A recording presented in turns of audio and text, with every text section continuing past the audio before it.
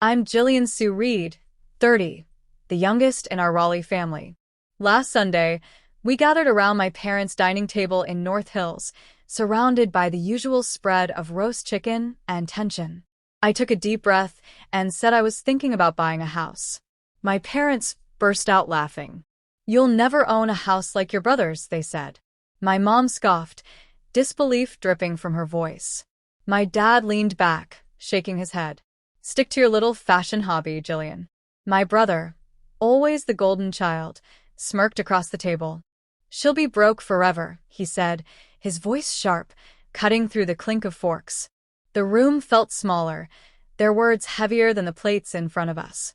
I didn't argue, didn't snap back. I just smiled, lips tight, holding a secret they'd never guess. 2 weeks later, my phone buzzed with calls from them. Panicked, confused. I didn't pick up. Instead, I texted 4 words: "Get off my property." They thought I was joking, but they learned soon enough. I'd spent years building something they couldn't imagine, and I was done letting them define me. What happened next? Stick around. You won't believe how it unfolded. Hey, have you ever been underestimated by your family? Drop a comment below. Share your story, and hit that subscribe button to see how I turned their laughter into silence. When I was a kid, the Reed family looked perfect. Growing up in Raleigh, North Carolina, our house was filled with laughter, the kind that spilled over during backyard barbecues or late-night board games. My parents, my brother, and I would pile into our old van for camping trips at Falls Lake, pitching tents under pine trees, roasting marshmallows, and telling ghost stories until we fell asleep to the chirping crickets. My dad, James, always the planner, mapped out every trail we'd hike, while my mom, Diane, made sure we had enough snacks to feed an army.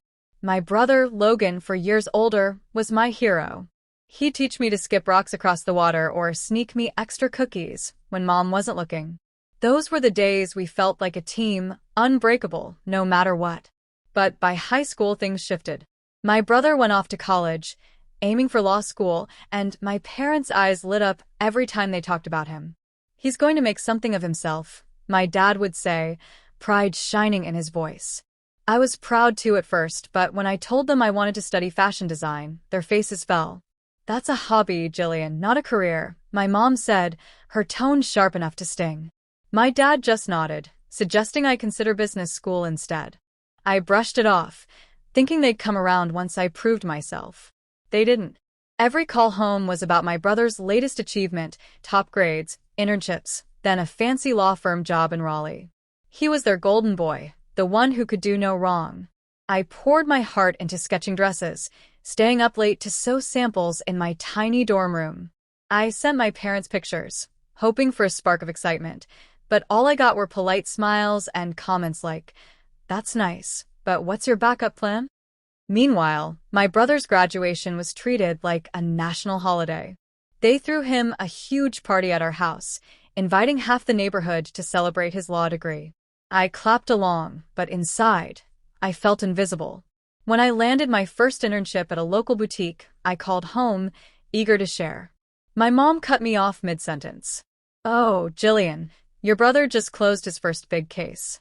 Isn't that amazing?" I swallowed hard, muttered a quiet "yeah," and hung up. As the years went on, their favoritism grew sharper. My brother bought a sleek condo in downtown Raleigh, and my parents couldn't stop bragging about it at every family gathering. They'd talk about his corner office, tailored suits, perfect life. I'd sit there, picking at my food, my dreams of launching a fashion brand dismissed as childish. "Fashion's a tough industry," my dad would say, his voice heavy with doubt. "You should aim for something stable like your brother." I stopped arguing, stopped sharing. I'd nod, smile, and keep my plans to myself. By my mid-20s, I barely told them anything about my life. I built a wall, not because I didn't love them, but because it hurt too much to be their afterthought. That distance became my shield as I moved out and threw myself into work. I spent hours designing, building an online store, and connecting with clients who loved my vision. My parents didn't know, and I didn't care to tell them. Their world revolved around my brother's success, but I was carving my own path. I wasn't their dreamer anymore. I was someone with a fire they'd never see coming. Every Sunday dinner at my parents' house became a silent battle. In their North Hills home, the dining table was set with the same plates, but the air was thick with unspoken judgments. I'd drive over from my apartment in Raleigh, steeling myself for the routine. My brother would lean back in his chair, tailored suit a stark contrast to my jeans, and launch into stories about his latest courtroom victory or his new condo's rooftop deck. My parents would hang on his every word, their smiles wide, eyes gleaming with pride. "That's our boy," my dad would say, clapping my brother on the shoulder. My mom would nod, adding, "You've always known how to make us proud." I'd sit across from them, pushing mashed potatoes around my plate, waiting for the inevitable shift. It always came. "So, Jillian," my mom would start, her voice tinged with pity, "still stitching those dresses?"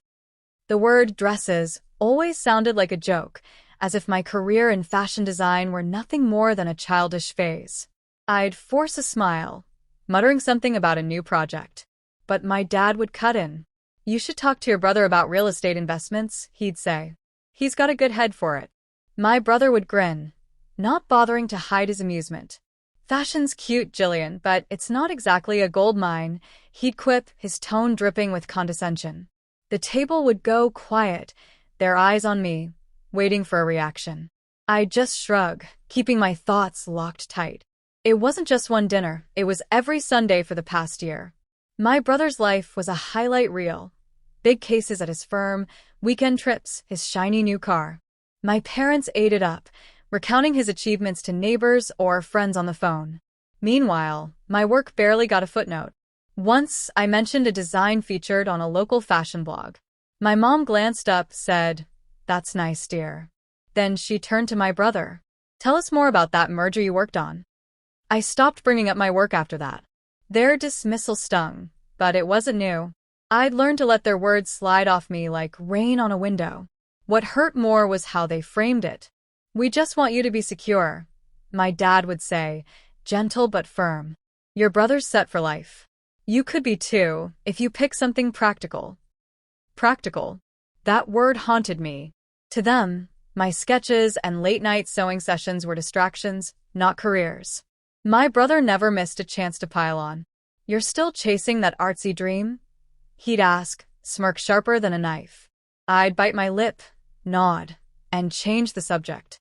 I didn't want their pity or advice. I wanted them to see me, but they never did. Those dinners pushed me further into my own world. I stopped sharing anything real. My latest designs, my growing client list, the hours I spent building my online brand. They didn't ask, and I didn't offer. Instead, I'd sit through their stories, my mind elsewhere, plotting my next steps. I wasn't just sewing dresses. I was building a future they couldn't imagine. Every snide comment, every comparison to my brother fueled my drive. I'd leave those dinners with a fire in my chest, determined to prove I was more than their dreamer. They thought they knew my limits, but I was already pushing past them. That fire kept me going even when their words cut deep. I wasn't ready to show my cards yet, but I knew my time was coming. While my family thought I was struggling, I had quietly built a fashion empire. In my small Raleigh apartment, I spent nights hunched over my laptop, sketching designs and coding an online store. What started as a side hustle selling handmade dresses on Etsy grew into something bigger than I ever dreamed. 2 years ago, I launched my own brand, GS Reed Designs, and it took off. My minimalist dresses and bold jackets caught the attention of influencers, then boutiques, then major retailers. By last year, my revenue hit 7 figures, with orders pouring in from New York to LA. I wasn't just sewing anymore, I was running a business that turned heads. The only person who knew the full scope was Daniel Mark Walsh, my best friend and business partner. Daniel, a marketing genius with a knack for numbers, joined me early on. We'd meet at Raleigh coffee shops, mapping out strategies over lattes. "You're killing it, Jillian," he'd say, grinning as he showed me sales charts spiking upward. He handled the analytics while I focused on design. Our late-night brainstorming sessions, fueled by takeout and ambition, kept me going. Daniel believed in me when my family didn't. When I vented about their snide comments, he'd shake his head. "They're clueless. Keep going." His faith kept me grounded, pushing me to dream bigger. With every milestone, viral Instagram post, feature in a fashion magazine, I felt a quiet thrill. But I never told my parents or my brother. Their dismissal had built a wall I wasn't ready to tear down. Instead, I let their doubts fuel me. Every time my mom called my work a hobby or my brother smirked about my artsy dreams, I went home and worked harder. I wasn't proving myself to them anymore. I was proving it to me. My success wasn't their business. It was mine, and I guarded it fiercely. Then I decided to make a move that would change everything. I wanted a house, not just any house, but one that screamed success, right in North Hills where my family lived. I started browsing listings, heart racing at the thought of owning something they'd never expect. I found a $3 million modern home, floor-to-ceiling windows, sleek design, perfectly reflecting my brand's aesthetic. Bold just like me. I contacted a real estate agent, keeping my plans under wraps. Daniel was the only one I let in on it. "You're really doing this?" he asked, his voice a mix of awe and excitement. "This is your moment." The process wasn't easy. Weeks were spent crunching numbers, meeting with bankers, and signing paperwork. My brand's revenue gave me the leverage I needed, but every step felt like a secret mission. I'd check my phone during breaks, scrolling through photos of the house, its open-concept living room, its sprawling deck. I imagined walking through it, not as a guest, but as the owner. I didn't tell my parents or my brother a word. They had laughed at my dreams for years. I wasn't giving them a chance to laugh at this one. Daniel kept me sane through it all. One night over pizza, at my apartment, he raised a glass. "To showing them what you're made of," he said. I clinked my glass against his, my mind already on the future. Buying this house wasn't just about a place to live. It was about claiming my worth, standing tall in a world that had tried to shrink me. It became my focus, my proof that I wasn't the failure they thought I was. I was building something they couldn't ignore. One recent Sunday dinner changed everything. I stepped into my parents' North Hills home. The dining room buzzed with more voices than usual. The table was crowded. My mom, my dad, Logan, two of his lawyer friends from his firm, Sarah Jane Mitchell and Michael Edward Lee, and a couple neighbors who'd stopped by. The air was thick with chatter, plates piled high with roast chicken and cornbread. Logan, in his usual polished suit, held court, charming everyone with stories of his latest courtroom win. My mom beamed, passing dishes, while my dad nodded along, proud as ever. I slid into a seat, pulse quick, knowing tonight I'd bring up the house. As dessert was served, pecan pie, my mom's specialty, I saw my chance. "I'm thinking about buying a house," I said, loud enough for the table to hear. The room stilled. Heads turned my way. My mom's fork froze midair, eyes narrowing. "You'll never own a house like your brother," she said, her voice sharp, a laugh escaping her lips. The neighbors shifted uncomfortably. Logan leaned back, smirking. "She'll be broke forever," he said, tone cutting, drawing chuckles from Sarah and Michael. My dad shook his head. "Jillian, houses around here cost millions. Be practical." The table watched me, waiting for me to crumble. "Logan, I'm not joking," I said, voice steady, locking eyes with him. His smirk didn't waver. "Come on, Jillian. Stick to your little fashion thing," he said, dripping with condescension. The neighbors exchanged glances, and Sarah stifled a giggle. My mom chimed in. "We're just looking out for you, dear. You don't want to bite off more than you can chew." The weight of their words, amplified by the crowd, pressed down on me. I could have spilled everything, my brand, the millions, the house I was about to buy. But I didn't argue. I just smiled, lips tight, hiding a fire they'd never see. The conversation moved on to Logan's friends praising his new condo, my parents soaking it up. I sat there, pie untouched, their laughter echoing in my head. "You'll never, broke forever, practical." Each word was a jab, but I let them think they'd won. The room felt too small, the eyes of strangers too heavy. I wasn't there to prove myself to them. Not yet. I pushed my chair back, standing abruptly. "I've got work to finish," I said, grabbing my jacket. So soon?" my mom asked, frowning. I nodded, avoiding Logan's smug grin and the curious stares of his friends. As I walked out, my heels clicked against the floor. I felt their eyes on my back. "She's always been a dreamer," my dad said to the neighbors, voice low but clear. I didn't turn around. In my car, I gripped the wheel, mind racing. That $3 million house wasn't just a plan. It was real. I was days away from signing the papers.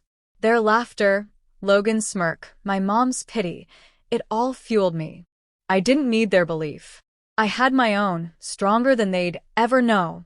2 weeks after that humiliating dinner, I held the keys to my new North Hills home. The $3 million mansion was mine, modern, with floor-to-ceiling glass walls that caught the Raleigh sunrise. Standing in the empty living room, footsteps echoing on the hardwood, I felt a surge of triumph. I wasn't the dreamer my family mocked. I was the owner of a home that outshone my brother's condo. This wasn't just a house, it was proof of my success. To make the house my own, I hired Patricia and Brooks, Raleigh's top interior designer.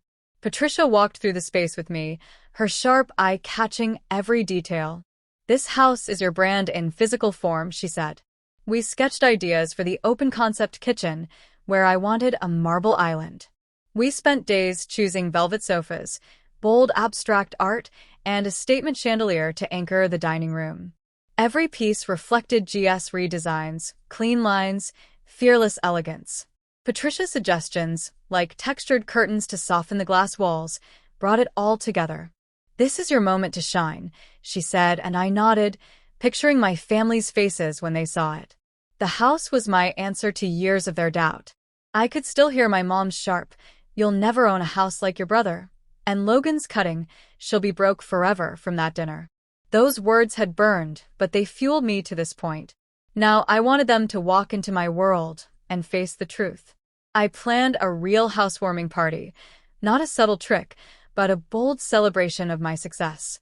My parents, Logan, and my closest allies would all witness it. Their shock would be my reward, not their apologies. My best friend, Linda Marie Parker, was all in. Over coffee at a downtown Raleigh cafe, I shared my plan. "You're going to make their jaws drop," Linda said, eyes sparkling with excitement. She'd cheered my brand's rise from the start. Unlike my family, she believed. "This isn't just a party, Jillian," she leaned forward. "It's you claiming your place. Show them what you've done." Her words hit home. This was about standing tall, proving my worth after years of being dismissed. Linda helped plan every detail. We ordered gourmet catering, shrimp skewers and stuffed mushrooms, a far cry from my mom's pot roast.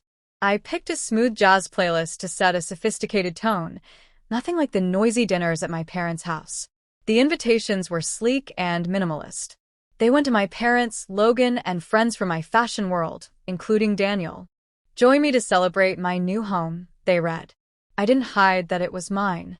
I wanted them to come expecting something small, only to be stunned by its scale.